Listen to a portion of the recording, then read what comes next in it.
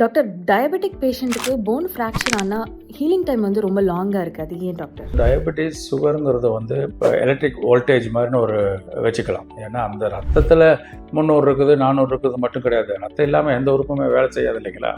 So சர்க்கரை ஜாஸ்தியாக இருந்தாலோ இல்லை ரொம்ப கம்மியாக இருந்தாலோ அதனுடைய உறுப்புகள் வேலை செய்கிறது கொஞ்சம் கம்மியாக இருக்கும். அதுக்கேற்றபடி அது கிட்னி ஆகட்டும், போன் ஆகட்டும், மூளையாகட்டும், இதயமாகட்டும், கால் கைகள் மசில்ஸ் ஆகட்டும், எலும்பாகட்டும்.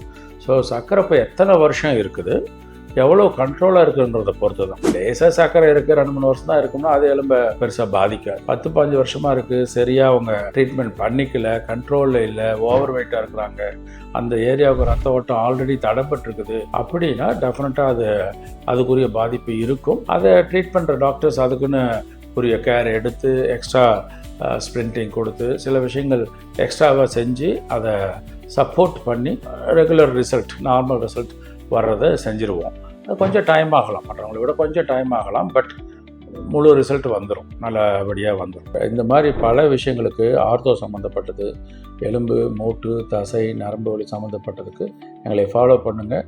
நிறைய சின்ன சின்ன யூஸ்ஃபுல் இன்ஃபர்மேஷன் உங்களுக்கு நாங்கள் பகிர்ந்துக்கிட்டே இருக்கிறோம்.